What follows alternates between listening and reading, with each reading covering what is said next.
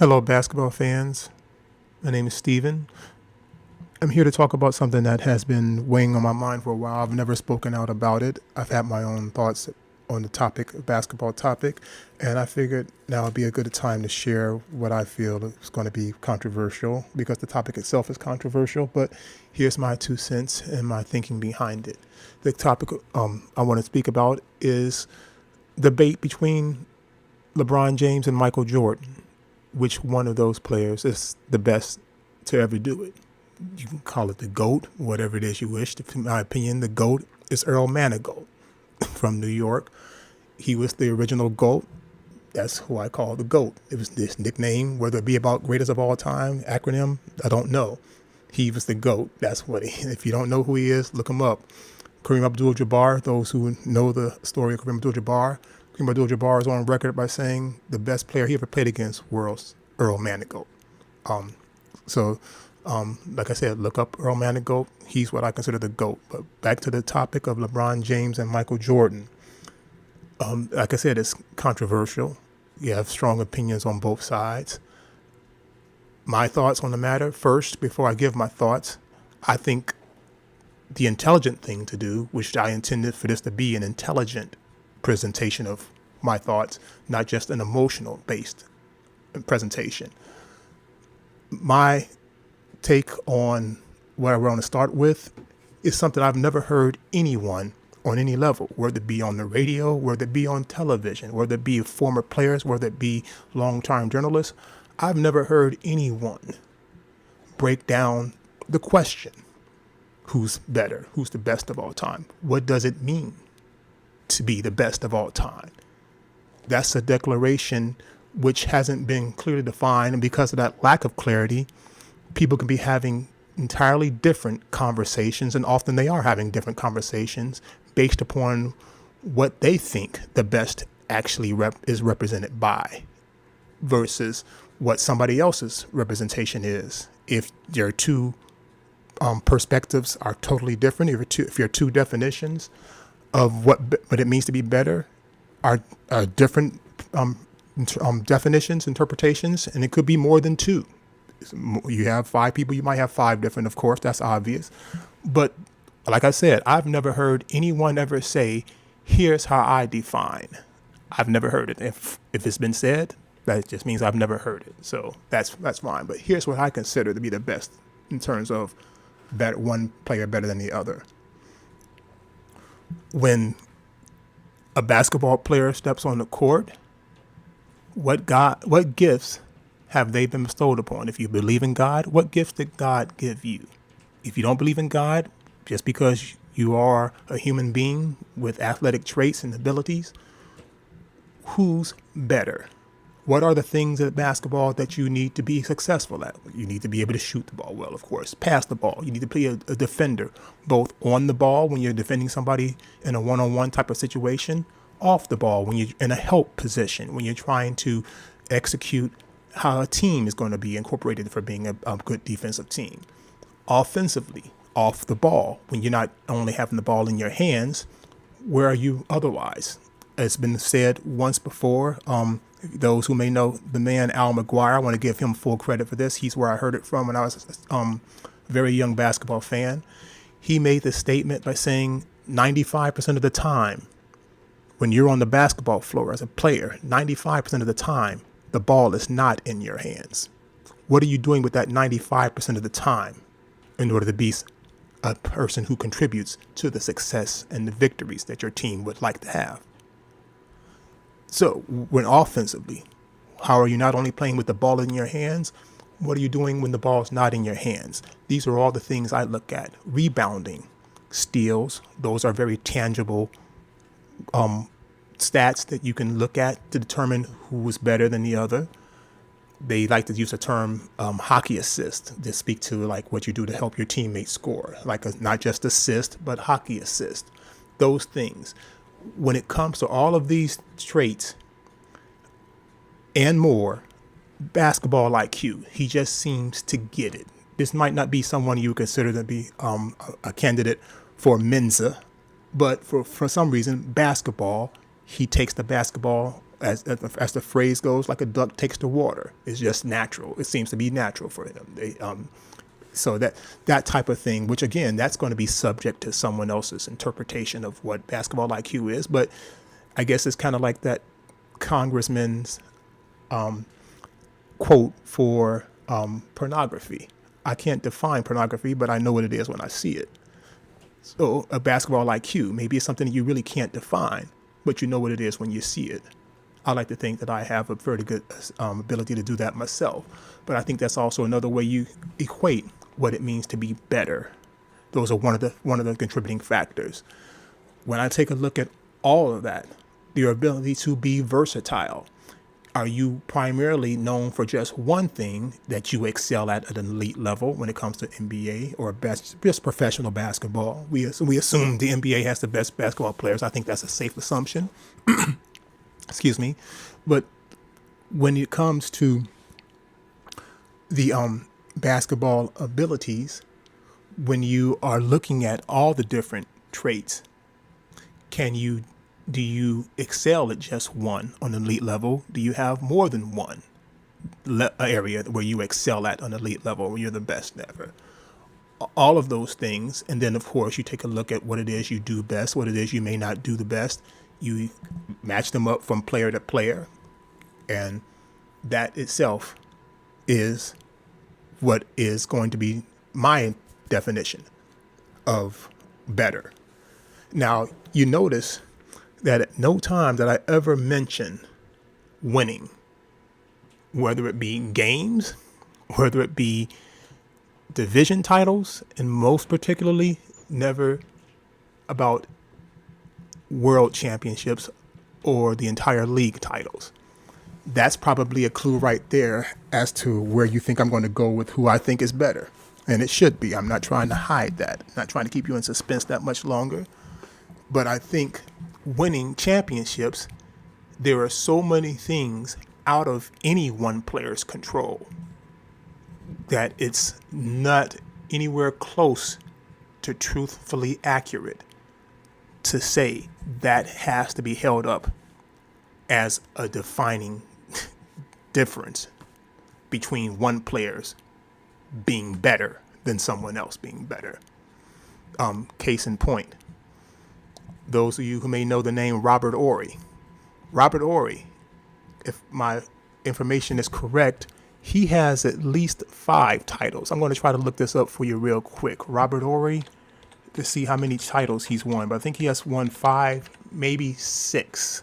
Let's see here. He does have 7. I'm sorry, so I was off by 1. He has 7 championship rings. 7 of them. 7 times NBA season ended with a champion.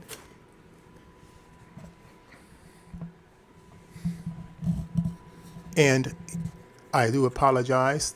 My audio had a little glitch in it, so I do apologize for the pause. 7 times NBA season ended, and Robert Horry was due for a fitting for a ring. Does that mean he's better than NBA players who have never won? No, it can't mean that if you are going to be intellectually truthful and honest and fair. What I think most people's point of perspective is, and I could say I'm not to put words in your mouth, but that's what I'm doing, so I'll just own up to it. I'm putting words in your mouth to an extent. My interpretation of those who wants to use rings as a defining point is that you are not describing the talent or the ability of a player so much as you're describing the career they enjoyed. The resume can reflect how good you are. It isn't what I'm going to be using anywhere close to the level of the actual talents you have for the game to be successful. Another way of looking at it, which I may come back to later on as I draw the comparison. You have player A, you have player B. You want to know who's better. Basketball is not a one-on-one game, even though there's several one-on-one moments. The game is not one-on-one. This isn't like the olden days of our world's history where you'd have the kings and their army on the battlefield for war, and the kings decide, instead of having so many soldiers lose their lives, I'll have my best warrior step out in front. You have your best warrior step out in front. They fight to the death, and whoever is left standing, that side wins. NBA basketball is not that. You never had a coach step out for the NBA finals and say, here's my best player. Give me your best player. We forget this whole team 5-on-5 thing. One player versus one player. Who's left standing, that's who gets the title that year. That's not how it works. It is a team effort. So when you talk about titles, one player can be considered the difference maker. He's not the only reason why. It's never happened. It never will happen, regardless of how much you may want it to be. Again, that emotional argument versus the intellectual argument. It's just the truth. That's just the way it is. With that being said, that's why Robert Horry, with 7 rings, you're not going to consider him to be better than somebody who's never won a ring. To throw a name out there, Charles Barkley. You got several I can throw a name out there too. He just comes to mind immediately as to why. If you try to tell me that Robert Horry is a better basketball player than Charles Barkley, then we're going to have a different conversation about that topic besides Michael Jordan and LeBron James. So with that being said, of course, I believe LeBron James is a better player than Michael Jordan. Stephen A. Smith, apologies to you. If this ever gets word to you, I expect your voice to go up a few octaves again. But you might not even, if you ever have reason to even take this seriously, when I present the information I have, maybe you will begin to take this seriously. But here's the truth. Player A and player B. There's your two. Player A, you can make a Michael Jordan or LeBron, whichever one you wish. Player B, make the other, whoever wasn't player A, they're now player B between Michael and LeBron. Put them on the floor. Give them the exact same 4 teammates. Exact same. So if you want to make a, I guess, a more clear example, if you give Michael Jordan Patrick Ewing at center, give LeBron James Patrick Ewing at center. If you want to give the 4 or like your other post player, let's say, I'm trying to think of a post player from LeBron's era. Patrick Ewing from Michael Jordan's era. Number 4 man from LeBron's era who has a good track record for being one of the best that the league had to offer. I guess you could say Kevin Garnett. It's a 4 man. Yeah, so we'll use Kevin Garnett. So if you give LeBron James Kevin Garnett, you give Michael Jordan Kevin Garnett. Then as your wing players, it's hard because truthfully speaking, LeBron James is considered more of a shooting forward, or small forward rather, and Michael Jordan is considered more of a shooting guard, so it's going to be hard to make an apples to apples comparison there. But your 3 wing players, if you give one of those wing players a point guard, let's just say Nate Tiny Archibald. For those of you who may not be old school fans, you may have to look up some of these players I have reference to. I don't mind bringing them up. One, it shows that I'm not just someone who didn't consider this question lightly. I have a lot of years of studying the game, watching it, not anywhere near talented enough to have played it at anywhere near a level other than recreational. So don't get that twisted. You'll never hear me speaking from the perspective of being someone who's actually quote unquote good at this game. In my own opinion, I'm not. So that's just, but I'm very good at analyzing, and I try to be as honest with myself as possible. And I try to challenge my own thoughts to make sure that I'm keeping myself honest. So give them both Tiny Archibald at the point guard position. Tiny Nate Archibald, by the way, who don't know, just a quick tidbit, he once led the league in scoring and assists in the very same season. One of the few players to have ever done that. Maybe the only player to have ever done that. But he was, so again, he's no slouch. And then the other wing player, I've given them both one player from their respective eras. I'm going to go with another wing player that was not from either one's era. We'll go with Jerry West. Go with the logo. Jerry West. You give them both. So it's Michael Jordan and LeBron James have the exact same teammates. And if you want, because I chose 4 Hall of Famers, that's true, and that's not realistic to the game of basketball. You're going to have some people who are just journeymen.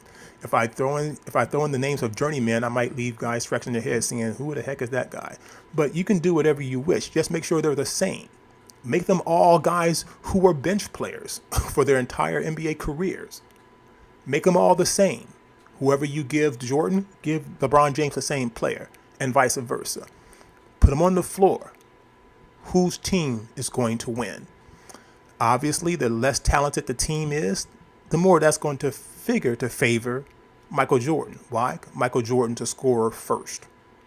He's a scorer first who then looks to set up his players based off of the team on defense, rotating over to shut Michael Jordan down, leaving people open.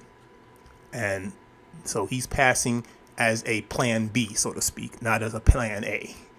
LeBron James, less talented the team you have, again, that doesn't favor LeBron James. His strength is not being a scorer. It's something he's talented with, but I won't say it's not a strength. It's not his preference. It's not his plan A. Maybe it's plan A2, plan A1, to facilitate and set his teammates up for success. That's something that he's gone on record. Everyone who knows him knows that's the truth. This is what gives him pleasure from the game, seeing his teammates succeed. And the more talented the teams happen to be in terms of being able to get their own offense, like the team I described, that's going to favor LeBron James. Unless Michael Jordan. Michael Jordan's going to have to do a little bit more of a fitting in, or he's going to have his teammates do more of a fitting in, because he's used to scoring the lion's share of his team's points throughout his NBA career. The joke is on record of saying that the only man to hold Jordan to less than 30 was his college coach, Dean Smith, at North Carolina. So that's just the way he goes about his business. LeBron James, kind of a I guess interesting point, which is one of the reasons why I feel that he is better. Something that he's not even the best at in terms of what all the tools in his toolbox. His best tool isn't scoring, but yet he's averaging 27 points a game. Michael Jordan averaged 30 points a game for his entire career. So something that Michael Jordan loved doing more than anything else, was known for doing, was talented for doing. I don't want to make him seem like he's a selfish player. Do I think he's a selfish player? Yes. But I think he was selfish because he realized how good he was, and he wanted that to be the path to his team winning. And his will to win was going to make him totally fine with being, quote unquote, selfish in the eyes of some some fans. But he averaged 30 points a game for his career. From beginning to end, he averaged 30. LeBron James average right now at this point in his career, 30.1 is accurate for Jordan to be precise. LeBron James's career is 28.9. That's a difference of essentially a little bit more than 1 point difference for a player whose primary tool in his toolbox was scoring the ball, versus a player whose primary tool is not scoring the ball, is facilitating. Facilitating doesn't necessarily mean passing the ball to the player that leads directly to that basket, but getting back to that hockey assist I spoke of. Maybe LeBron makes that pass because he understands that pass is going to set someone else up for the next pass that's going to be that play. That also speaks to why I feel he's better. He plays the game as you would a master on a chessboard would play it. It's not just about a direct move. It's moves that incorporate all of your pieces working together. Again, this is what I think about when I think about who's better. Not looking at titles. I'm going to come back to the titles though pretty soon. As a matter of fact, I'm going to get back in touch with the title just so I can show that you can't even really go with titles as to why Jordan's better.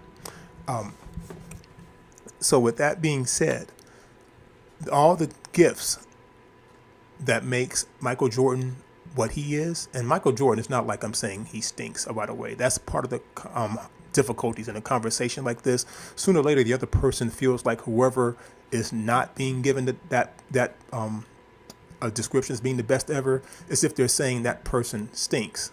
Michael Jordan, you give me Michael Jordan in an all-time greats, like you give me like a pool of NBA players on the computer game, and I get the draft from all the NBA greats, and I'm left with Michael Jordan, I'm not really crying.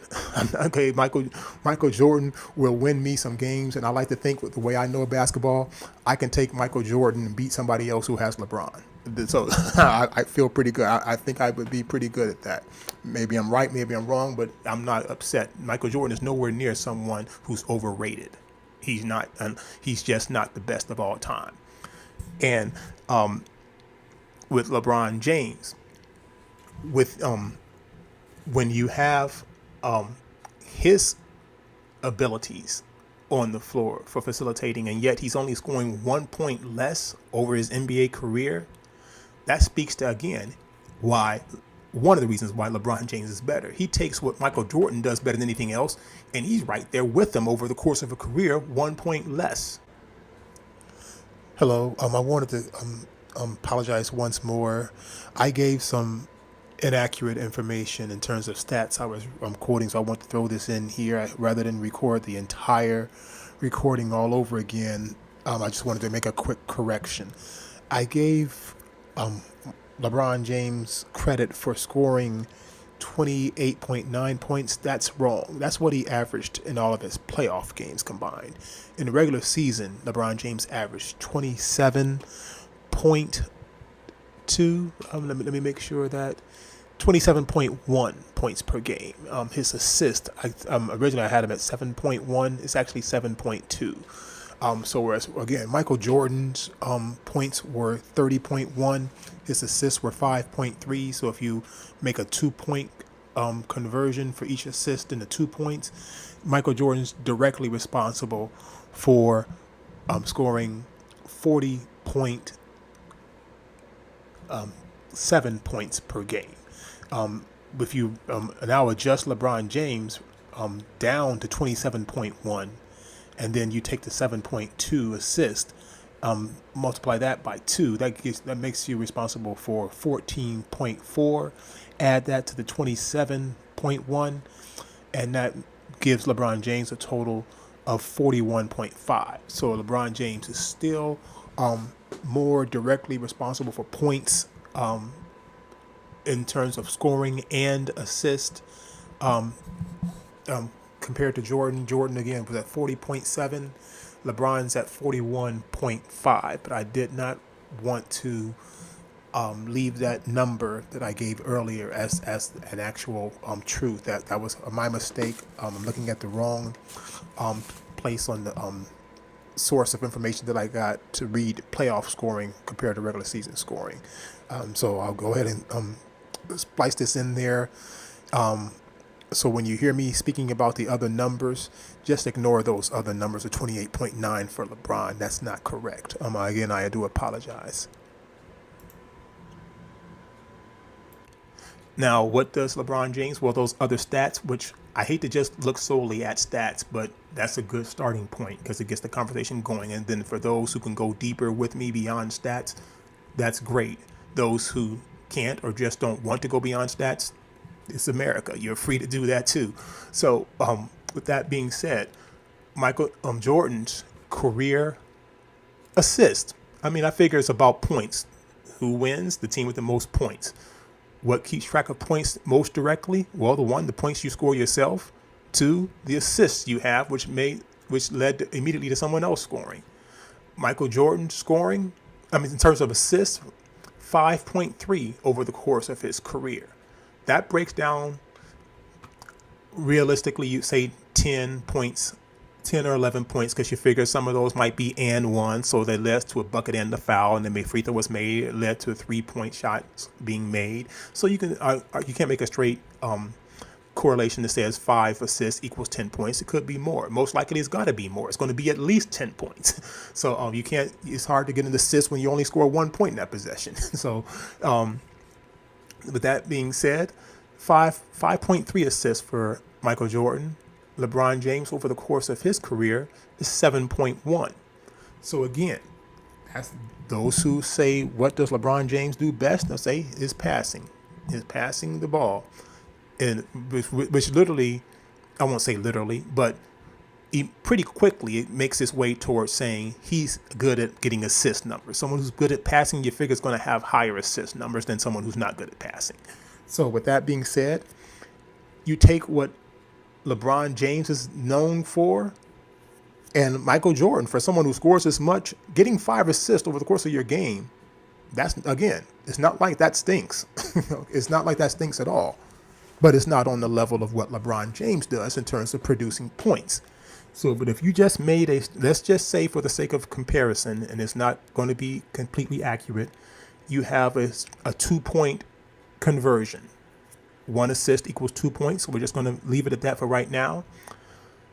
And I think that's more fair to Michael Jordan, because given that there's more 3-point shots being attempted during LeBron James' era of the NBA than Michael Jordan's era, I think those assists from LeBron James would give him more points responsible for than it would give Michael Jordan. So I'll keep it at 2 just for the sake of giving us a constant number to work with for both players.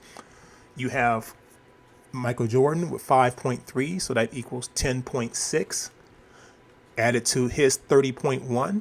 And that's now personally and or directly responsible for 40.7 points per game over his career. 40.7, almost 41 points. LeBron James, 7.3 assists. That breaks, 7.1 assists. That breaks down to 14.2 points. Add 14.2 points to 28.9, and you come up with 43.1 points. I think I'm pretty good with math, so I did that in my head. So I'm thinking that's pretty much right on track. 43.1. So again, directly responsible for points is him. Now, and we can, like I said, we can go on and on with stats, and I think I'll come back and reference some stats probably sooner or later, because stats are the easiest way for us to keep track of basically who's doing well and what areas of the game they are doing well. So that's a very helpful tool in a conversation for anything about basketball, who's better and who's not better. Hello, I do apologize once more. Like I said, I am new to this, and I'm doing a very poor job of managing the recordings to be smooth and uncomplicated by my mistakes. But I did wanted to add in something that I left out of my primary recording to the argument that I meant to touch on. That was the defensive aspect of the both LeBron James and Michael Jordan. Again, I do not wish to ever imply that Michael Jordan is anything less than one of the very best to ever do this, which he is. That's not any way my intent to make it seem otherwise. I just don't think he's better than LeBron. Now, as far as defense is concerned, if you look at the stats, which I think tells you a lot of the story, but some of the story can't be told by stats. Michael Jordan's stats for defense, which are usually that of steals, block shots, and things of that nature. His shots as a shooting guard, especially, that has to be kept in mind. He's a shooting guard at 6'6". His stats for steals for his career and blocks are ridiculous. They're stats that you don't see. The closest of this time, of this modern era of basketball, which comes close, will probably be Dwayne Wade. And even Dwayne Wade's numbers, I don't think, are on the level of Michael Jordan. So Michael Jordan, in addition to being the prolific scorer he is, the team's primary player in terms of who you consider to be your team's best player, doing all the bulk of the scoring, he's also contributing on a level that most players anywhere aren't going to contribute, whether or not they do lead their team in scoring like Michael does, and that's with the blocks and the steals. LeBron James is not far behind. He's on Michael Jordan's level? No, he's not. But the one thing, when I say on his level, I don't mean as a defender. I think LeBron James is a better defender than Michael Jordan is at the game of basketball. And there's a couple of reasons why I believe this. Having seen both of them play their careers, throughout their careers, I don't have to watch videotape of any game. I was able to witness, no pun intended when I say witness. I was able to watch Michael Jordan's career as it unfolded and watch LeBron James' career as it unfolded. Michael Jordan's ability for picking up the steals and blocks, a great many of them came in a help capacity, meaning he was not the primary defender getting that steal. He was getting the steal like in a passing lane, which is great sign of team defense. That's not a knock. Most of LeBron James' steal are the same nature.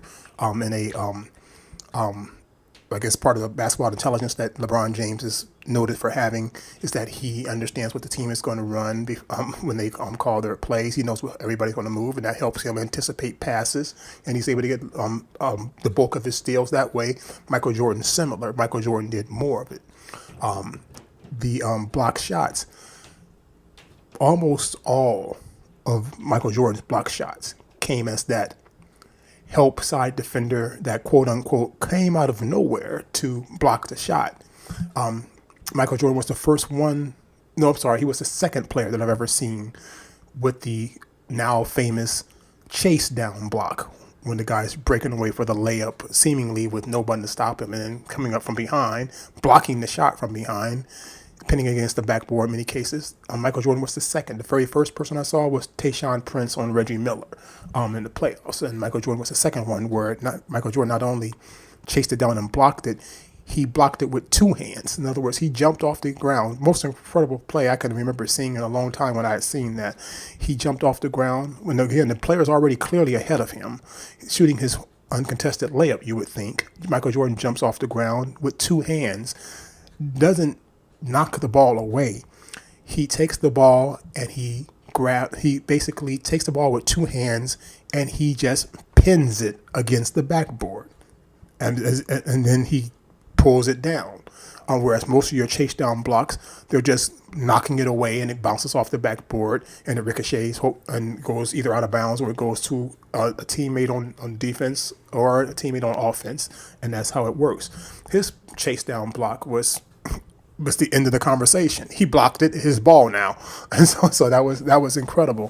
Where LeBron James blocks are more, not necessarily.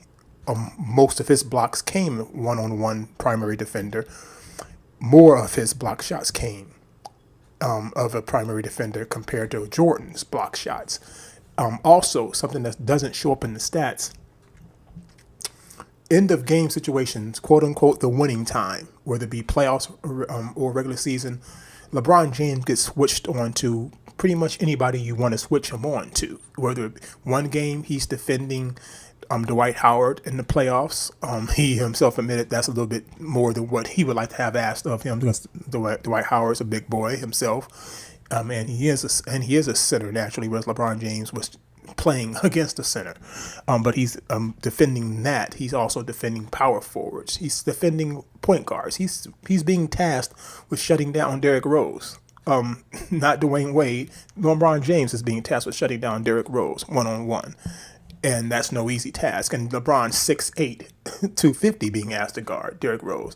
Michael Jordan, his most famous defensive play comes to mind, is the steal that he had against Karl Malone, which led to his icon jump shot, one of those iconic jump shots to clinch the series against the Utah Jazz.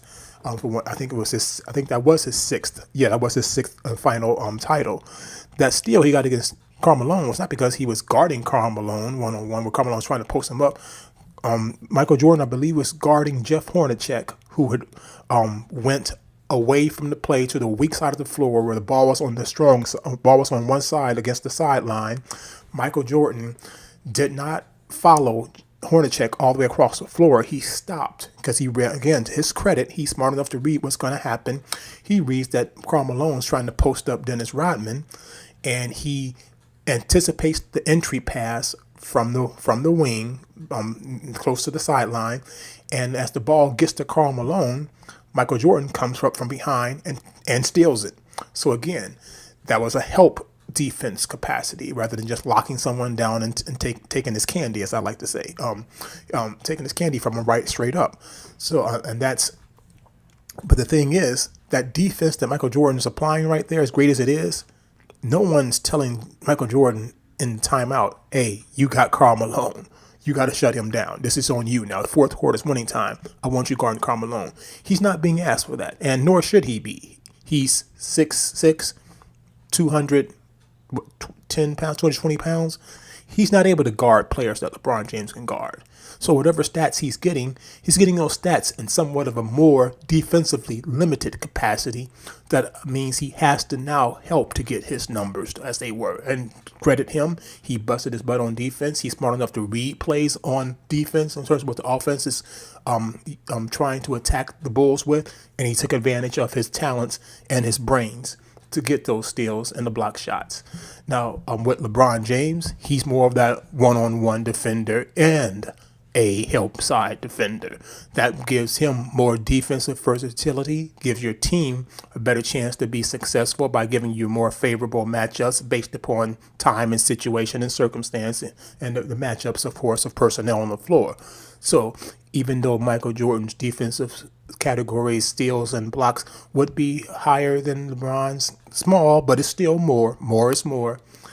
Defensive prowess, I'm still giving the advantage to LeBron James over Michael Jordan. And I just wanted to throw that in here real quick. Again, I apologize for not mentioning this earlier in my main recording, but I had left it out and I felt I would have been neglectful in leaving that without being said about why, as good as Michael Jordan was on defense, I still think LeBron James is a better defender overall than Michael Jordan. So I'll go back to try to mix this in with my original recording, and hopefully it won't sound too terrible as I try to do that. Get back to the rings, because that is the number one, in my opinion, that is the number one arguing point, and it's not a terrible arguing point. It's legitimate. It's completely legitimate. The titles that Michael Jordan won, he went to the finals 6 times. He won 6 championships.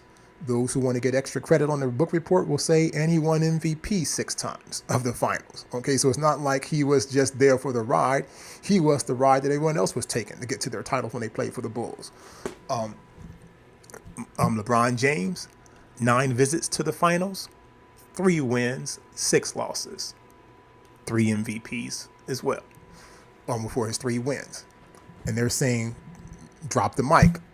Steven, drop the mic. There's nothing else you have to say. You just made the argument for me. Michael Jordan better.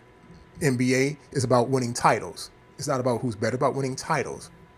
And of course it is. That's why you will never get an argument from me about which player has had the more accomplished. Okay, again, I apologize for any difficulties with the recording of this.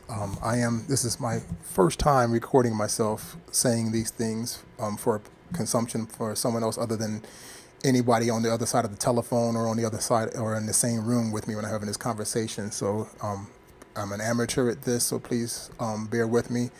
And again, I apologize for any difficulties that will come up. So as I was stating, you will never get an argument from me about which player has had the better career. It's not in question.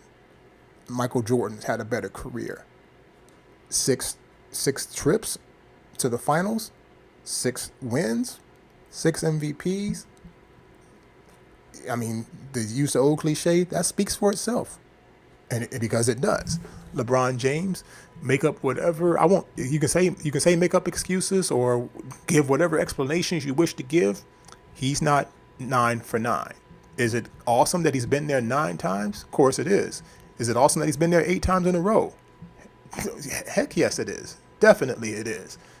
I don't see how anybody who's fair-minded could ever disagree with that. There is no such thing as an easy path to the NBA Finals. There's no such thing. You can debate about easier era, Jordan's era being tougher because they let people foul more, things like that. I'll get into that later on as well as part of the conversation. But the truth, at the end of the day, LeBron James has gone there 8 straight times. That's 8 straight times. Whoever got hurt didn't get hurt to the point where it stopped LeBron James from being able to get there. Home court advantage or no, he got there. That's just it. That's just. I mean, if you want the lack of an explanation behind Jordan's 6 trips, then that same lack of explanation has to go to LeBron for getting there 8 times in a row. But that does not come to the level, in my opinion, of Michael Jordan's accomplishments. If I'm looking at a resume, if I'm interviewing both players, I'm looking at resumes, Michael Jordan's resume sticking out to me is more impressive than LeBron's. And I'm not saying I'm not hiring both. I may hire both. If I don't have room in my company for both, I may make room. Say I don't want to get rid of either one of these guys. So turn either one of them. But the more impressive resume is Michael Jordan. Now, to speak to that, because I said I would get back to that. That 6 rings or 6 trips, 6 titles, that's not even the best ever. The best ever is Bill Russell. He has 11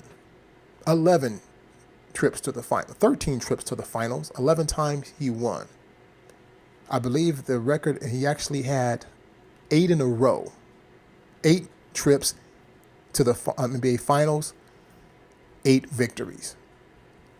Now, I can tell you in all honesty, not one of those NBA finals was Bill Russell the MVP.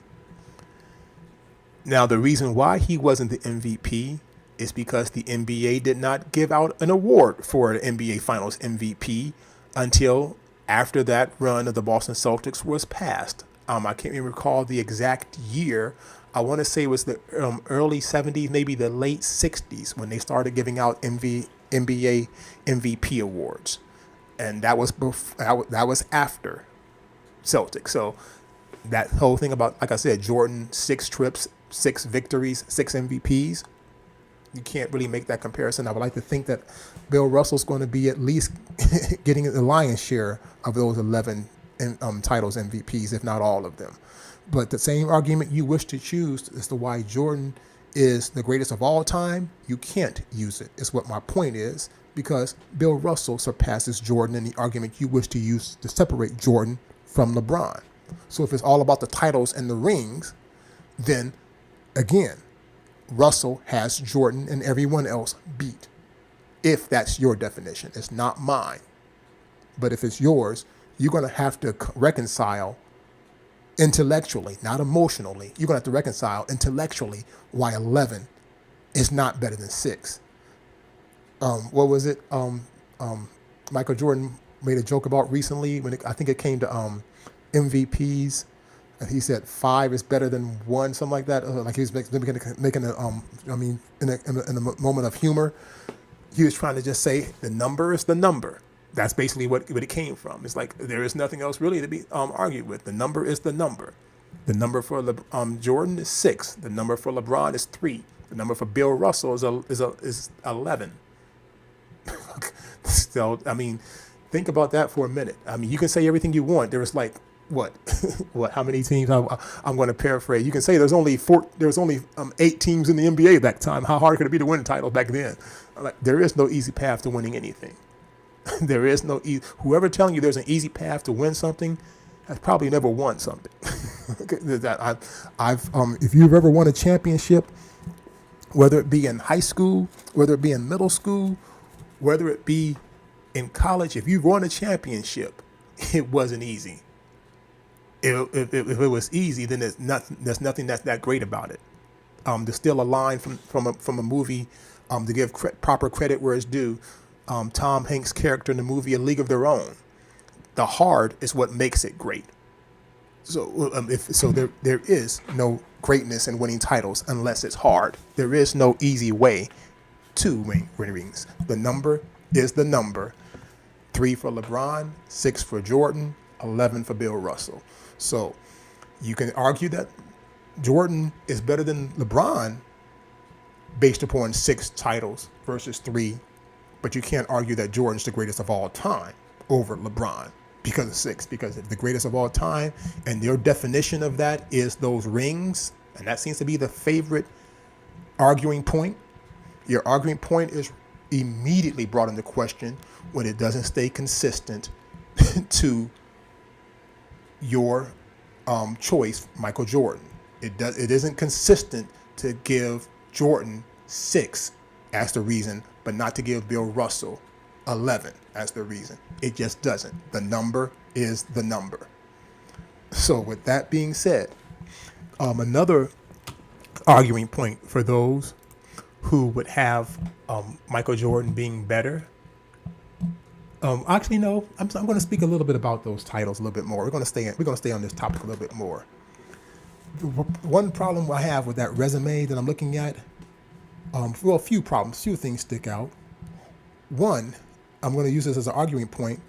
Can anyone name the worst team that Michael Jordan won a title with? What was the worst Chicago Bulls team that anyone? I mean, you can stop it. Take your time to think. Stop listening to this. We're going to put it on pause. Take time to think about it. If you need to do some research, think of what's the worst Chicago Bulls team. What's my point? Michael Jordan never won a thing until he had a dominant team that wasn't going to be title. That was going to be the champion. The first year he won it was probably the closest they had to not winning, because that first one, you have to overcome the fact that you've never won it before. There's the way I like to describe it, when you haven't done something like win a title before, there are answers that you have to come up with to questions that you don't even know exist yet. You don't know what questions are out there waiting for you in terms of what do I have to do to win a championship. You don't know. This is like a side note. One of the cooler things I can remember is when LeBron James came back to Cleveland, and Kyrie was playing, of course, with him. And LeBron's first year, he had Mike Miller, who joined the Cavs from Miami Heat days, as so one of the teammates. And I think it was the second game of the season. They were in an overtime game with the Chicago Bulls. Second game of the season, and it was pretty hyped. I mean, the fans were into it. It was intense. It just seemed tense. And Kyrie, again, speaking to the fact that I'm saying you don't know what you don't know. There are questions you don't even know are out there yet. He turned to Mike Miller, and he's like, "Is this what the playoffs are like?" And I could just feel what's going through Mike Miller's mind. It's like, this young kid has no idea. He didn't want to tell him that, so he just said, "Kinda." But I don't know if that's recorded anywhere. But I was watching the game live when it happened, so I remember that moment stuck in my mind. But Kyrie Irving had never been there. He'd never been anywhere near finals. That's the best. Obviously, that moment struck him as being so incredibly intense and packed full of drama. He's wondering, okay, maybe this is what the playoffs feel like. And Mike Miller, in a nice way of saying, "You're not even close, son," he just said, "Kinda." So when that first title for the Bulls, it's kind of like that. I don't know what it's like. Is this what it's like? So at that moment is when they're most vulnerable, that first time out, because you figure there's things they have to learn that you don't know you have to learn yet, when they still won it. But that first title was over a Lakers team that, by all reasonable measuring sticks, should not have been there. They were not the number 1 seed out of the Western Conference. They got by with Magic, James Worthy, Vlade Divac was there. I can't remember some of the other players at the time. I want to say Byron Scott was still there, but I don't know that for a fact.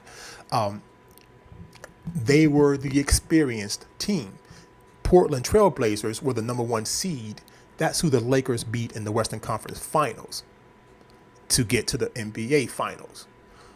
And so that experience wasn't enough to get through Chicago. So Chicago, after losing game 1, they ran off the next 4, and that was the Bulls' first title of their 6, with Michael Jordan. But again, back to my question, what was the worst team that Michael Jordan took to the NBA Finals? I don't honestly know. I have no idea. And the reason why I think that's important with that resume, because the better player, shouldn't the better player take an inferior team to a finals, even if it's just to lose. I mean, all the greater glory if you take an inferior team and you win with one. But if you're the greater player, why do you need the more dominant team every time you go? Why do you need that if you're the best to ever do it?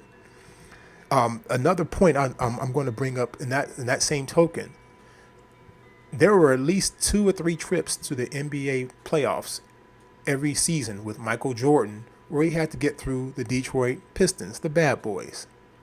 Isaiah Thomas, Bill Laimbeer, Joe Dumars, off the bench with Dennis Rodman and John Sally. He had to get through them. And he had Scottie Pippen with him. I'm going to get to Scottie Pippen here in a moment as well. If you're the best to ever do it and you don't have the better team, with the and no one's really arguing. They're saying the Bulls are coming. They're up and coming, but they're not the bad boys. If you're the best to ever do it, don't you announce your presence to the world by beating the team that you're not supposed to beat because you are just that good? Don't you do that? I think you do. Anybody who disagrees with me, you shouldn't. I would love to know what your thoughts are. I have no problem you disagreeing with me. I just like to understand them better and understand your intellect behind it, not your emotion behind it. You can't argue emotion. People's emotions can't be argued with. What is your intellect behind it? Why, if you have the best player of all time, why he's not taking an inferior team and winning? And he never did, in my opinion. Never took an inferior team and won. Matter of fact, the last year in which the Bulls the last season before they started their run, their 6 championships in 8 years run, they made it to Game 7 against the Detroit Pistons. And those who can remember this, it was the Scottie Pippen migraine headache game. Scottie Pippen had a migraine headache. He still played 42 minutes. I looked it up earlier. He played 42 minutes. Played terribly. Shot 1 for 10 from the field. I think he had maybe 10 points, maybe a little bit less than that. But he played terrible. So it's just Mike. There is nobody else on the Bulls. Horace Grant, but he's not a scorer. Horace Grant's that role playing rebounder, power forward. So the best player to ever do it, Michael Jordan. You mean just for one game? I'm not asking you to get through an entire playoffs without Scottie Pippen. I'm not asking you to get through an entire series without Scottie Pippen. I'm asking you to win one game with everything on the line to get to where you want to be, the NBA Finals, and you can't do it? Did Michael Jordan stink that game? He came, nowhere near stinking. Michael Jordan was ridiculous that game. I believe his point totals were 40, in the 40s. I believe I remember him shooting 13 for 27 from the field. I looked that up earlier, but my memory is failing me now. Let me see if I can find it real quick. He shot 13 out of 27 from the field, and no, I don't have it up any longer. And I believe I think he was living at the free throw line, so I think he ended up scoring either in the mid to high 30s or the low 40s. So it's not like Jordan didn't show up. But if you're the best to ever do it, it's not about you just showing up. It's about your team winning because you exist on that team. If you're the best to ever do it. I didn't ask you to get through the entire first, second, and third round to get to the finals with an inferior team. I asked you to win one game, and he didn't do it. Now, comparatively speaking, LeBron James, how many inferior teams has he played on? And again, let's go back to the very first trip he made. He had no business being in the NBA Finals by virtue of the fact that the Cavaliers got swept 4-0 with San Antonio. Now, the team that they beat to get to the finals, the Detroit Pistons again, not the bad boys, but the Detroit Pistons team who was coming off an NBA title of their own. They had already won. They had that experience. Those answers to the questions that I said that you don't know are out there, they knew the answers. They were champions. That same group, Chauncey, Mr. Big Shot, Billups. You had Rip Hamilton. You had Tayshaun Prince filling in at the 3 position. You had Ben Wallace. You had Rasheed Wallace. Okay, that team was no joke. They were champions. They beat a Lakers team that had Shaq and Kobe in their primes. And then they had Karl Malone and Gary Payton on the downside of their careers. But that everybody felt it was formality that the Lakers were going to win the league at the beginning. Whatever the people feel about the Golden State Warriors now, that's what people thought about that particular season for the Lakers. Karl Malone, one of the all-time greatest players. I think he's number 3 in scoring, or number 2 in scoring. And you have Gary Payton, one of the best defenders ever known to play basketball. Incredible tenacity on the court. One of the greatest competitors. Kick your butt 3 ways and tell you about each and every way in explicit language in terms of how he's kicking your butt. He had no shame in his game at all. And the Detroit Pistons beat those Lakers in 5 games in the NBA Finals. 5 games. That same Detroit Pistons, 1 season later, is playing LeBron James with the home court advantage. LeBron James goes and scores 25 straight points. You didn't mishear me. I didn't misspeak. The Cavaliers put 25 points on the board at one point, and every single one of those 25 points was scored by LeBron James. And a team, the Cavaliers, that had never been anywhere near NBA Finals before, won that game in overtime, went on to win Game 6 in Cleveland, and they make a trip. Who else is on that Cleveland Cavaliers team? Eric Snow, your starting point guard. Eric Snow, nothing against Eric Snow.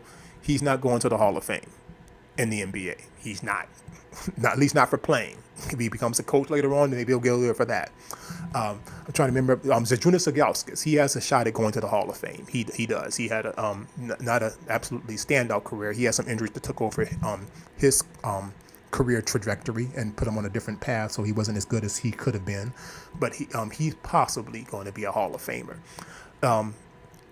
Trying to think who the power forward is, and honestly, my memory fails me. It's kind of sad because I'm from Cleveland, so I like to think I remember the Cavaliers better than that. But Larry Hughes was on that team as well. So he was the shooting guard, and I can't remember who the power forward is. It was Drew Gooden. They got rid of Carlos Boozer, picked up Drew Gooden, Anderson Varejao. For those who are Cavaliers fans, maybe remember Anderson Varejao. He was also a contributor off the bench. That team had no business, and none of those. If anybody spots a Hall of Fame out of those names I just mentioned, please share that in the comments because it's going to be news to me. Nowhere near the level of a championship Detroit Pistons team is what the Cavaliers brought to that, along with LeBron James, is what the Cavaliers brought to the table. And if you're going to be the best player to ever do it, did you take an inferior team and knock off? And what's that phrase? In order to beat a man, you got to beat the man. Did Michael Jordan ever beat the man with a team that was inferior? He never did it. Never. At best, they were comparable, even if not decidedly in the favor of the Chicago Bulls. You can argue that when he first beat the Cavaliers, the shot that introduced Michael Jordan, I guess, to the world, you can so to speak, that shot he hit to win the game, win Game 5, I think in the second round, his second or third year in the playoffs. It's like his 4th or 5th year, I think, overall. But that Cleveland Cavaliers team, which was the better team, it was. I'm not going to argue. So you can make an argument with that. The Bulls went on to lose the very next round. They didn't get anywhere near the finals. It wasn't like they were. Matter of fact, it was the first round of the playoffs. They beat the Cavaliers, not the second round. So it was the first round. So again, he took them in an upset over the Cavaliers, and the Cavaliers were not NBA champions. They were just the better team based upon the regular season record. And you never really heard anything from the Cavaliers team again. They ran into Michael Jordan. They were getting kicked out of the playoffs year in and year out until the Cavaliers team broke up then. So with that being said, that's the closest you can come to having Michael Jordan on a team that was inferior, that beat someone. And the someone is questionable because the someone wasn't a champion. It was just a good team from the regular season. The Cavaliers with LeBron James beat the champion Detroit Pistons, inferior. They should not have. That's honestly could have been one of the, I guess, for LeBron's own selfish interest, if you wish to put LeBron James ahead of Michael Jordan. The fact that he was so good that he got the team into a position that they shouldn't have been in is why he looked so bad once they got into that position. The NBA Finals should not have happened because they should not have beat Detroit. So it's like we're giving Michael Jordan credit for not being good enough to take an inferior team to beat the Pistons with Scottie Pippen suffering from a migraine. The fact that they couldn't win that game was proof that they weren't ready. That possibly saved Chicago from getting that loss on Jordan's career, and you wouldn't be able to say 6 for 6 anymore. So why you wish to give him credit for losing? It's like you're saying it's better that you lose before you get to the finals than to get to the finals and lose. Then I would love. You can say that, of course. Like I said, this is America. I'm having a hard time seeing the intellect behind that statement. So with that, again, I don't want to belabor that point for too long. I just wanted to hit on that. And that's not the only time in the LeBron James career he took an inferior team. You can argue that the championship he won with Cleveland with Kyrie, Irving hitting the big shot, Kevin Love on the team at the same time, that they were down 3-1. That's recent history. I'm sure everybody knows that story. You can argue that was an inferior team to the team that had the best record in the NBA of regular season of all time, who had just won the championship the year before over Cleveland, and LeBron James come from behind 3-1 to win. LeBron James and the Cleveland Cavaliers come from behind 3-1 to win a title. So you could argue that that's the second time LeBron James took an inferior team and won. You can even argue going back to just last season in Cleveland. He had a team that were, if I'm not mistaken, they were on the road. No, they had the home court advantage in the first round against Indiana, went to 7 games, and they won that, thanks in no small part to how good LeBron James was when he needed to be good.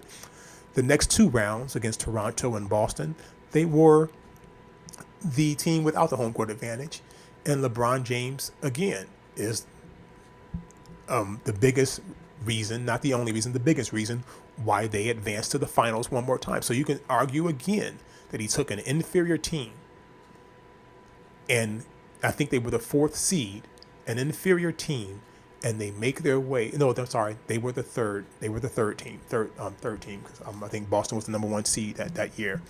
A number 3 seed, and they went to the NBA Finals with an inferior team. If they weren't inferior, they sure played like they were inferior, because nobody was showing up against Boston except for LeBron on a consistent basis. Kevin Love was actually hurt, missing a lot of that playoff stretch between Toronto and Boston. So it's not like he had a full roster to work with him and LeBron. So again, if you're the best to ever do it, that's something on the resume I'm going to ask Jordan about when I'm looking at those 2 resumes and I'm interviewing both of those guys for the position. I'm going to ask them. Another thing I'm going to ask Michael Jordan, I see here in the midst of these 6 trips to the finals, there's a 2-year gap. What happened? Could you explain why you took that 2-year gap? I'm being facetious, trying to be cute and humorous right now, but that was a time when Michael Jordan took a little break from basketball to play baseball. It's like filling out the way he framed it. He basically had a lifelong dream as a child to play baseball, so he wanted to go ahead and try it. There were some other circumstances going on. I don't want to get into too much detail, but those who know the story can comment about that below in terms of what other factors might have gone into why he took a break. But the fact of the matter is, the best to ever do it stopped competing and he took a break. 3 straight years of getting to the finals, winning it, and then he took a break. Now, if I wanted to be, I guess, kind of mean with my assessment, I could say if he's the best to ever do it, if one of his traits of being he's such a competitive giant that people just couldn't deal with him and they just were dwarfed by him, how much he just dominated them. What is the best player to ever do it, who's the most dominant competitor ever? What's he doing stopping playing basketball? Why's he got to stop? I mean, if LeBron James stopped, how would everybody treat him now? They already think LeBron James can't compete during that era. He's not tough enough mentally to deal with that. What if LeBron James stopped in the midst of going to 3 straight finals, and so I need to take a year off? We never hear the end of it. There was ESPN during Michael Jordan's career, but it was nowhere near as many talking heads on radios, on like having their own blogs on the internet, things like that. Nothing like that to like there was now. But Michael Jordan, it doesn't even get mentioned as to why he can't be considered the greatest of all time when he takes 2 years off. If you're the best to ever do it, you don't have a problem going to 6 in a row or 8 in a row, as people think he would have. I'm thinking he had to stop because that is a lot for anyone to take on. So even though LeBron James was losing those finals, going to 8 finals in a row, if you think that's easy, then why hasn't anybody else ever done it, other than Bill Russell and LeBron James? So again, it's one. Of course, it's all about whether or not you. I'm going to say it's decidedly about whether or not you win the finals once you get to the finals. But when you're just dealing with the question of what does it mean to be better, that has to be introduced into evidence as to why Jordan is not the better player. It's not the best player of all time. And in my opinion, LeBron James is. He takes inferior teams to the finals, and when they get beat by an all-time great team, you can say it's a mark against LeBron. And like I said, the numbers are the numbers, and it is a mark against them. So he's not the best player that ever could be. He's just better than anyone that has been, and he's proven it. Now, to get to another argument as to why the those who would say Jordan, these are just arguments that I've heard. I'm not trying to put words in people's mouth. These are just arguments that I've personally have heard. Jordan's willingness, ability, and success rate at taking the game-winning shot and making them. Taking the shot himself, not looking to pass, or the phrase that, or the word that people would use, which is meant to be an insult without really being insulting, deferring to a teammate. That's kind of like saying, I'm too scared to take the shot. I want someone else to take the shot instead. That's how people use the word defer when they bring it up with LeBron James's game, deferring. I want to talk about that. Everything I've learned about basketball is that it is a team game. And from the moment I was young, learning the game, everything I've learned was about people who shoot all the time aren't good teammates, and the team suffers. And I've even seen movies, true story movies, by the way, if I'm not mistaken. I might be wrong in that regard, but I think it was a true story where a player in high school was so of the opinion that he was that good that he did everything himself. He didn't use his teammates. He wanted to do all the scoring and all the shooting. His coach, to make a point, took all his teammates off the floor and say, okay, you go 1 against 5, just to show that player you need your teammates. Everything I've learned about the game is that you need your teammates and your teammates need you. And I have no idea why this mentality that we have of being the one who takes the last shot, is a defining point for whether or not you're better. There is a saying that I learned from a college basketball locker room that I've been in before, and I never forgot it. The phrase says, "Good players do for themselves. Great players do for others." That was in the locker room of a Division I college. I believed it. I still believe it. That's why I don't like I said, this is America. It's fine if you disagree with this. But the fact that Jordan wants to take and make the last shot because he's not afraid to fail, that's fine. Not being afraid to fail. Not being afraid. I want the better basketball player to be able to say, if I got this shot, but I got 2 guys over me, I got a teammate open. Now, if that teammate is not a good shooter, then sure. By all means, take that shot. It's better if your choices are you against two and you're Michael Jordan and another player on your team who you don't want shooting an open jump shot from anywhere outside of 5 feet. And yeah, I get that. Take that shot. But that's not what this is about. This is about the fact that everybody on the floor knows with 10 seconds left or with 23 seconds left in the game and you got the ball, it's going to Jordan's hands and he's taking the shot. It doesn't matter how many defenders come at him, he's taking the shot. Now, a few times he's not done that. He's hit John Paxson to win a title. He's hit Steve Kerr to win a title in those games. And of course, but that's one of the reasons, again, this is one of the arguments I've heard for why Jordan's better. Whereas LeBron James, his first trip through the playoffs, I believe, he was famously criticized because when coming down to the last shot, I believe it was game 1, the very first year they played the Detroit Pistons, they lost to him in the playoffs. They beat him his second year in the playoffs. The first year, he had a wide open player named is Donyell Marshall, who's a three-point shooter. At that point, Donyell Marshall held the record for the most three-point shots made in one game in NBA. I think it's been passed since then by somebody from Golden State. But Donyell Marshall held it at that point, and Donyell Marshall was wide open because why? The entire team for the Detroit Pistons had gravitated towards LeBron James, leaving a wide open Donyell Marshall from 3. LeBron James, good players do for themselves, great ones do for others. He hits, and that's the basketball correct play. Everything about what I've been taught, and if you have played team basketball, you have been taught this most likely as well, that this is about a team effort. The guy's open, hit the open man. That's what LeBron James did, and people want to consider that to be a flaw in his game. Some made-up lie that they use as the phrase clutch gene. There is no such thing as a clutch gene.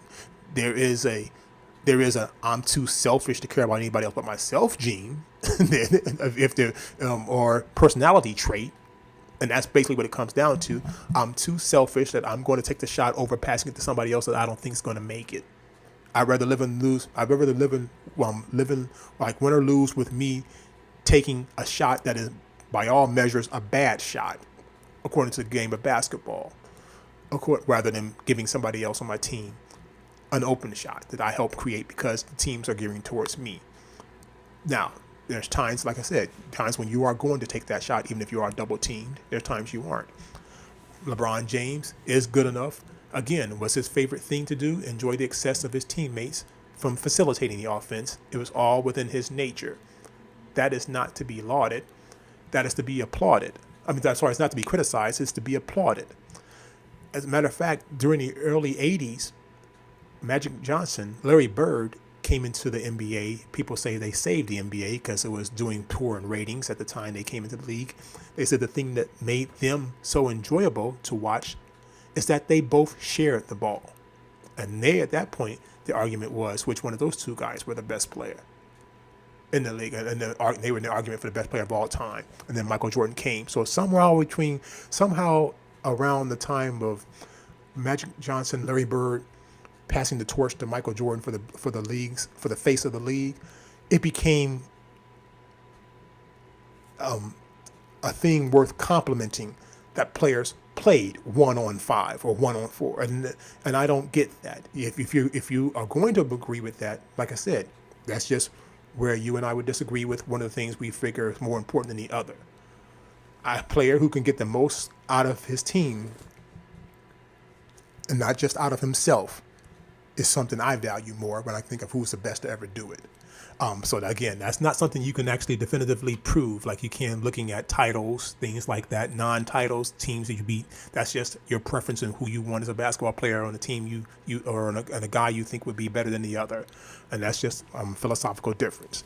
So there's really no way to actually draw that up to say, well, this clearly shows that this player is better because he's like this versus not. But I think it's intellectually lazy to talk about something called a clutch gene. If I'm not mistaken, a stat that they keep to see what shooting percentages are in the last few minutes of a game, that quote-unquote winning time, LeBron James' percentages are just as high as anyone else's who's ever played the game. And if I'm not mistaken, it's higher than Michael Jordan. Now, Again, it's just that some moments are bigger than the others. Even among big moments, some moments are bigger than others, and they become iconic moments. Michael Jordan has more of those. I'm not here to lie to anybody. Michael Jordan has more iconic moments of big shots. That's just some shots make more of a difference at some points of the game, and he has more of those. If he's a shooter and a scorer first, and he's one of the arguing, and he's in the argument for the best player ever, I should hope by God he would have those moments where he's made some iconic shots. It's kind of hard to have that argument when he hasn't made any. So I'm not going to deny him that. He is one of the best players to ever do it, and that's no insult to Michael Jordan. If it's taken as that, I can't help that. But I'm nowhere near trying to trash Michael Jordan as a basketball player. I'm just here to basically rank him a little bit lower than a lot of people may want to have him ranked. The another argument is that he never had to leave Chicago and join other players. He beat those other players. I would like to say that's nothing but true. He did not have to leave. He did not have to. He played in Chicago. Chicago's the third most populous city in the country. Chicago's the third biggest media center, media hub in the country. There isn't anybody having a problem coming to live in Chicago. Find me players who in the prime of their careers can't wait to get to Cleveland with or without LeBron and play. Find me the players who did that. Okay, you can give Jordan credit for playing and trying to beat those guys. The truth of the matter is, LeBron James would not have one ring had he stayed in Cleveland. Now again, my opinion. There's no way that facts can ever bear this out to be the truth or not. But here's the reason why I'm thinking LeBron had to leave Cleveland. The first 7 years he's given them, they're not even getting to the NBA Finals. They've been there once during his fourth season in the NBA. Seasons 5, 6, and 7, they don't even get to the NBA Finals any longer. LeBron James averages 40 points against the Orlando Magic when they had Dwight Howard in the NBA Eastern Conference Finals. He almost averages a triple-double along with those 40 points per game that he's averaging, and they still lose to Orlando, which again makes sense to me because that's speaking more towards Jordan. Jordan's doing all the scoring, but yet his team's not doing better when LeBron James is doing all the scoring. Like he's scoring 40 points a game and they're losing. Well, that makes sense. That whole team concept wins, not just one player. So the one time he tried, I think one mistake LeBron James ever made is that he listened too much to the people who wanted to criticize him for not being more of a me-first scorer instead of the player that he grew up learning how to be. But that's just my opinion, getting off the track a little bit. I don't want to get off the track too far. But if LeBron James stays in Cleveland, they're not getting lottery picks. The lottery picks they had when LeBron James wasn't making the playoffs, that Cleveland organization stunk at drafting the proper players. There isn't anybody drafted during the time of LeBron James in Cleveland that is an all-star, let alone someone going to the Hall of Fame. Not one. Not one player. Please give me the player that was drafted during the time of LeBron James that is an all-star right now in Cleveland. That's how poor that franchise was. Scottie Pippen drafted during Michael Jordan's time in Chicago. And again, they weren't in the lottery for too long because they started making the playoffs, so their draft picks were lower. Scottie Pippen, at that time, was voted, whether it be by a panel of journalists or whether it be by other NBA players or a mixture of the two, Scottie Pippen was voted as one of the 50 best basketball players in NBA history. He's not one of the best players in the league. He's one of the best to ever do it. And he's on the same team with Michael Jordan. Why would Jordan have to leave Chicago to go somewhere else? He's already got one of the 50 best players to ever lead. Arguably, that they were saying that he's the best shooting guard in the league, played for the Chicago Bulls, and the best small forward in the NBA, played for the Chicago Bulls. And then you could throw in a guy like a Horace Grant and later on Dennis Rodman. Dennis Rodman came as a free agent. Dennis Rodman is the best, and he was the best rebounder, quote unquote, best defender in multiple positions in the league, was Dennis Rodman. And he came to Chicago to be that complement to Jordan's scoring, doing the dirty work, and heavy lifting on defense, lightening up Jordan's load on defense, and Scottie Pippen's load on defense as well. So those bigger players that Scottie Pippen may not have wanted to deal with on the block, that's Rodman does that. What kind of free agents like that came to Cleveland? You had Shaq in the last Shaq when Shaq was running on fumes. He came to Cleveland, but he was nowhere near the Shaq that we knew about. But he's probably the best one we ever picked up during LeBron James staying there. That's how bad it was.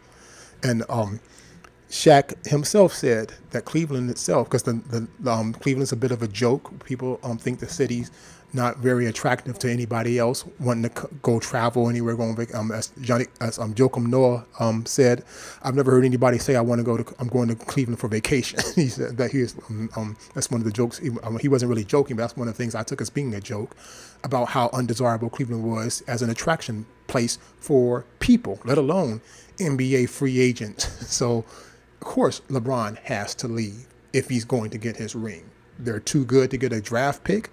The organization's too incompetent at getting draft picks that are good, and no one's coming there as a free agent. So LeBron James has to leave. I don't hold that against him. And I think it's kind of funny that if Michael Jordan had gotten drafted by, I'm trying to take a team at the time, Minnesota. Had he been drafted by the Clippers, well, he wouldn't have to leave. That's LA. So, but had he been drafted by another team like that isn't anywhere near the attractive destination point that Chicago is, you can be pretty sure that Michael Jordan doesn't have a problem being traded. He might not have made a big deal about it, but he's traded. As a little side note, further proof of this, because I once saw it in a meme once. That's the only reason I bring this up. Saw a meme with Michael Jordan and Kobe Bryant basically giving each other respect, saying after LeBron won his first title, they're giving each other respect, saying we never had to leave our cities to win titles. When they play in Chicago and LA, yeah, I can see why players can't wait to leave those two cities to go somewhere else. So, if you wish to make that a differing point, you can.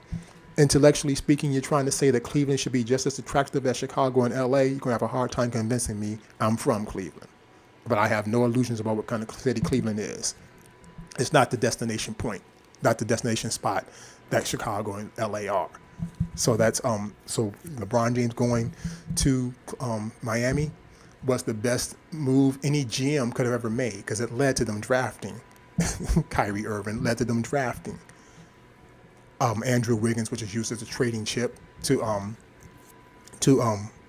Minnesota to get Kevin Love, and they also drafted Tristan Thompson, all without LeBron James being in there. So they were so bad it was hard for them to miss in the draft when you're drafting at the top of the draft each year. Another matter of fact arguing point that could speak to why LeBron James is better. The one full season that the Bulls play without Jordan, they win 57 games and they make it to the second round of the playoffs. If you're the best to ever do it and your team's that good without you, how good are you? LeBron James leaves. Cleveland Cavaliers doesn't pick lower than pick number 4 in any draft, I think, from the time he was gone. I'm pretty sure the lowest draft pick they had was number 4. All 4 years.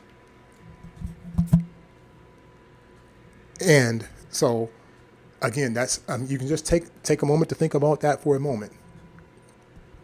He left. Cavaliers can't win. Everybody know. I'm sure everybody who's followed LeBron closely has that awareness of how does the team LeBron James play for when he doesn't play that game, whether it be because he was resting or he was injured. How are the Cavs when LeBron James didn't play? Recently with the Lakers, how did the Lakers do when LeBron James was out for over a month? That speaks again to, if you're the best to ever do it, is your presence felt when you're not on the floor. So again, these aren't points that can be argued as being points of fact, where you can points to something that can't be anything but a black and white clarity. But it's an arguing point as to why I feel LeBron James is better. And lastly, I'm just going to go ahead and get to another arguing point, is that Michael Jordan played in a much tougher era, as I alluded to earlier in this recording, Michael Jordan played in a much tougher era with more physical play, and LeBron James couldn't have existed.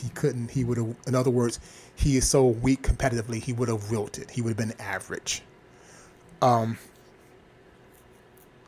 Absolutely nonsensical. Again, this is opinion based. It's hard to argue opinions as facts because they're not, and there's no way we will ever know the difference. Here's what my thoughts are. I have LeBron James, but before I have LeBron James, I have Karl Malone. I have Karl Malone, who did play during Michael Jordan's time. Karl Malone, 6'9", 260 pounds. All-time great player. Like I said, I believe he's either the second or the third player all-time scoring in the NBA. And he existed during Michael Jordan's time. You have LeBron James, who is 6'8". At some points in his career, people said he was 260. Some people say he's like 250, about like more or less now. So essentially, you're taking Karl Malone, making him your small forward, making him so gifted at handling the basketball that Karl Malone doesn't have to wait for John Stockton to get him the ball in position to score and be effective.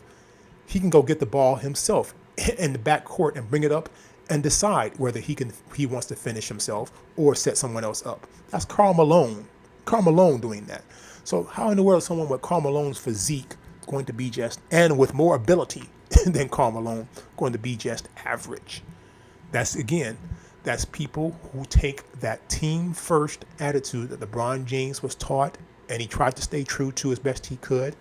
What I was taught, what I'm hoping you were taught, that team first matters, that you don't look to be selfish. I don't know how our society came so selfish-minded. To me, I think a lot of it is intellectually lazy, if not just flat out lying. But intellectually lazy, where it is easier to just look at one person scoring the ball, shooting the ball. That's all you got to do. Look at the ball, look at the person handling the ball. What does he do with it? Okay, that's all I need to worry about. When one player is making four other players better than they would without his existence, it's hard to keep track of those four other guys. If you're not being told this by a commentator on the air during a game, if you're not being told this on a talk show, how are you able to appreciate yourself, the fact that those other guys on the floor are better because one player exists? And I keep coming back to that because that saddens me that we become so selfish as a culture that we think individual glory is greater than the glory you can give to somebody else. I happen to be, as a side note, it may seem like it's not related, but I'm going to tie it into how my views on all this is and why I think it's kind of sad for our society. Christmas, every year we celebrate. Those who celebrate Christmas as a religious occasion are going to celebrate it as the birth of Jesus Christ. My own particular religion doesn't celebrate it on Christ's birthday, but I'm using it as an example because it helps as a teaching point. Jesus Christ is thought to be so great because he is the reason why we give. He gave his life to everyone else so that all of our sins would be forgiven for those of you who believe that religion. That's what Jesus Christ was all about. We have a holiday set up around it, the favorite holiday of most people on the world, year round, Christmas. We give gifts to each other in the spirit of Jesus Christ giving his life. It is better to give than receive. It's not better to see how many presents you get. It's better to see how many presents you give on Christmas, the whole spirit of it. How does that philosophy work with now praising players who are the most selfish, who look to get the most gifts instead of giving away the most gifts? I don't get that. If that's your mentality, where you believe is truly better, that Jesus Christ was truly great for what he did to give, why is LeBron James looked down upon as a lesser person for being that type of a player, giving? I don't get, again, where not only giving, but giving so effectively that when he's not there to give, when he's not on the floor to give, his teams lose, and they lose badly.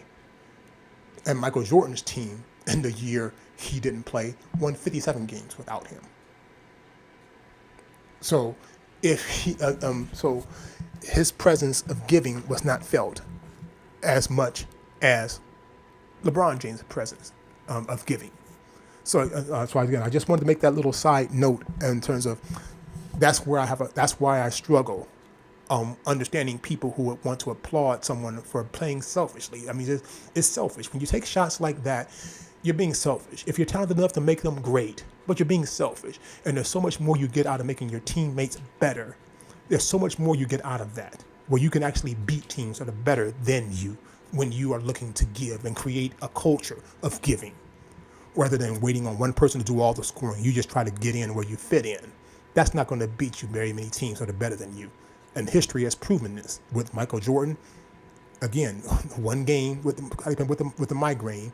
You're the best to ever do it. You couldn't do it without somebody else. What's the worst team that Michael Jordan ever won a title with? If you know, please let me know in the comments, because I would like to know who. Because I can't distinguish one. All the teams that the Bulls won titles with were either better or at least comparable to the teams we're playing. So the best player on the planet would be the tilting,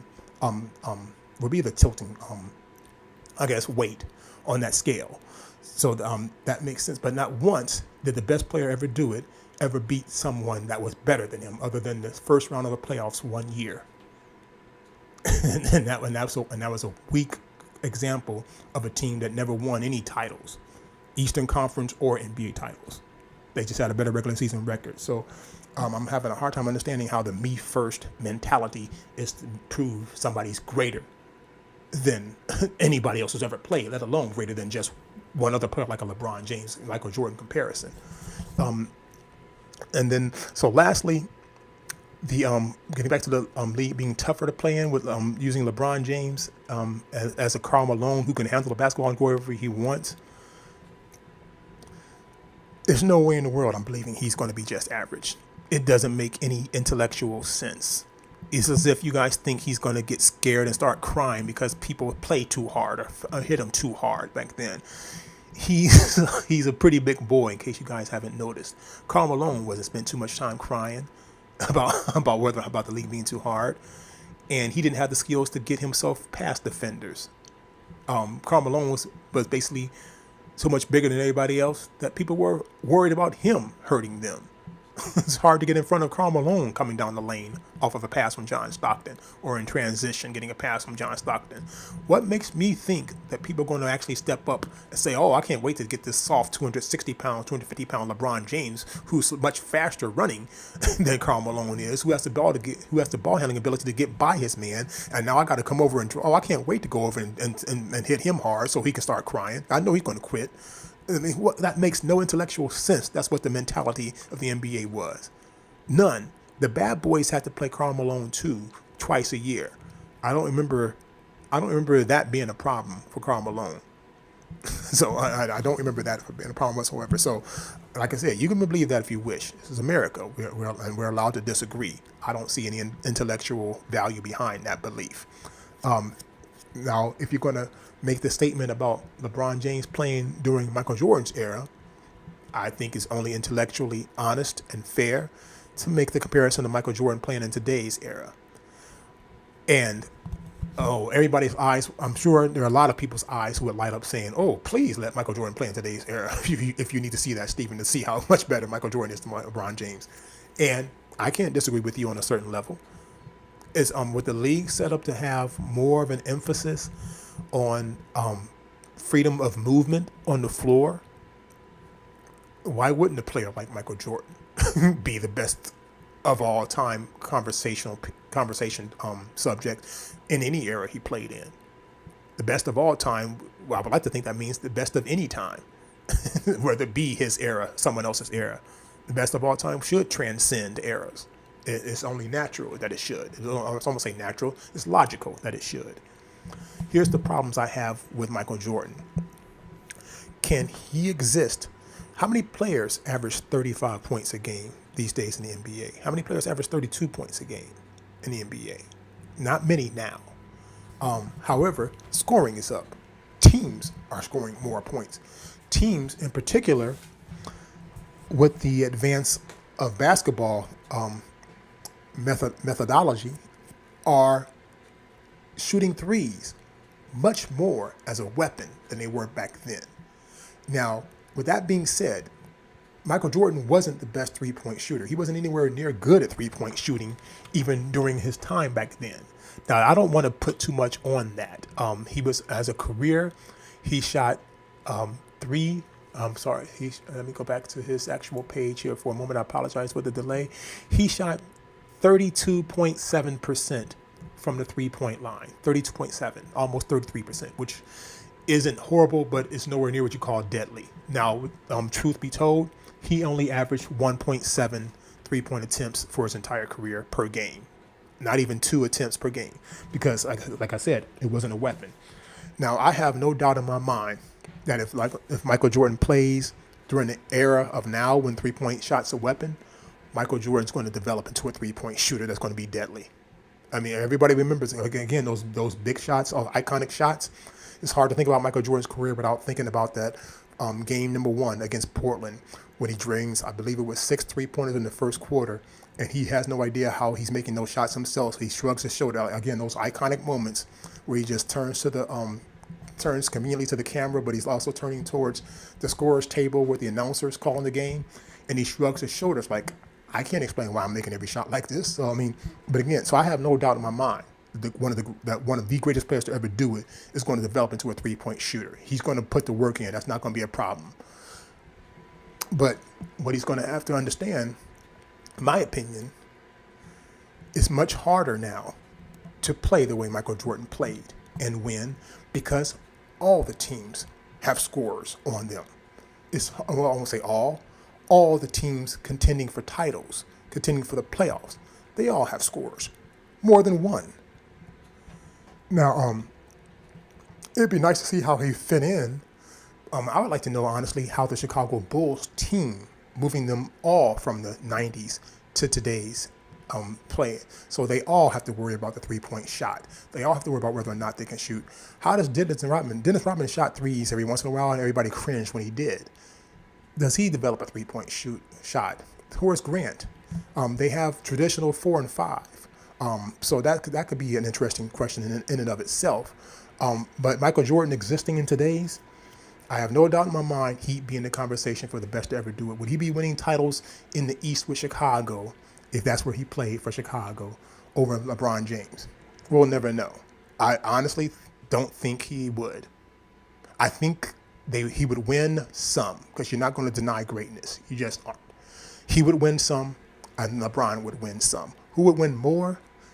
Those are circumstances I don't have the brain to calculate. I just don't.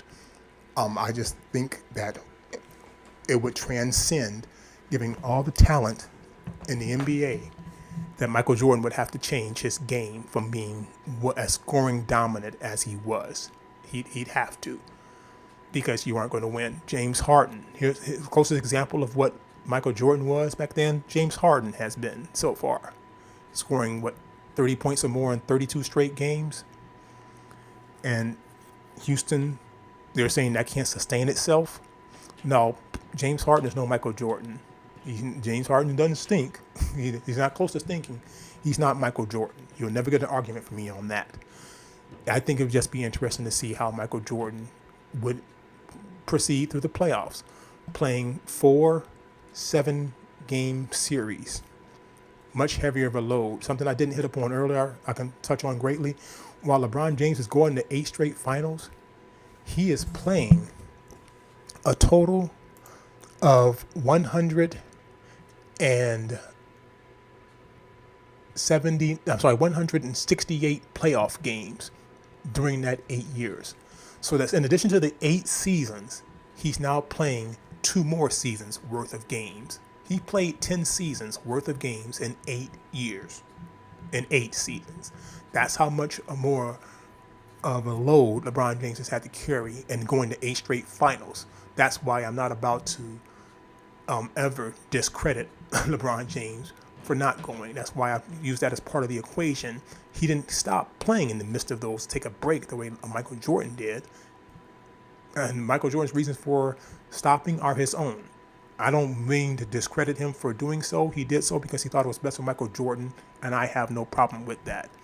I do have a problem with that as it compares to whether or not he gets to be the greatest of all time, given the load he carried and how he carried it, and the load LeBron James carried and how he carried it. And he still had the better career than LeBron James, Michael Jordan did. Regardless of two-year year and a half break or not, he still had the better career. But the best of all time, the best to ever do it, I'm sorry, it's a red flag for me if the best to ever do it just stops playing for whatever reason, other than he's injured and he can't play. And it wasn't the case at all. He just stopped playing to go pick up baseball for a year and a half, for a season and a half of NBA seasons. And even when he played during the 6-year stretch of titles, Michael Jordan played 116 games. During the 6 years they won the NBA titles, he played 116 playoff games. If you take the 6 lowest number of games in the playoffs that LeBron played during the any of the 9 seasons that LeBron James spent going to the finals, if you take 6 of those 9 seasons represents the fewest games he played, those 6 seasons add up to 120. And it was, and during the 8-year stretch, it was 168 games he played. So he's playing more than Michael Jordan, and he's performing at as high of a level as anybody has ever played while having that heavy of a load. Other players are playing 8 seasons and playoffs to an extent. He's playing 10 seasons worth of games. The only other team that could come close to that are the Golden State Warriors, because they've been to 4 straight. At the time LeBron James is going to 8 straight, they've gone to 4 straight. So that's 4 years of where they're not playing the load that that LeBron James is having to play. And that's just, again, that's just something I'd like to have you think about that. Please share your comments in the bottom of the page. Call me whatever names you need to call me. Insult me if you need to insult me as a way of daring to ever attack Michael Jordan, the poor helpless guy that Michael Jordan is. He can't even play a whole career without having somebody respect him as to being the god that nobody else ever should ever even want to think they're worthy to even look at him, let alone think they're better than him. So if you feel this way, that I've just committed basketball sins and I need to go repent and ask Jesus for that forgiveness that he died for earlier I spoke about, go ahead and share those too. I don't have a problem with you disagreeing with me. I'm going to tell you, if you don't bring me intellectual points, you just want to argue emotionally, I'm just going to put you to the category where there's no talking to you on any other level other than emotional level, because you don't have intellect. Now, some arguing points are just what we believe, and there's nothing wrong with that. So you may be intellectual about whether or not one player could play in another era, whether or not you could give both players the same exact teammates to see whose team wins with that player. Those are arguments. Of course, there's no way to know the answer to those, and those are still being intellectually.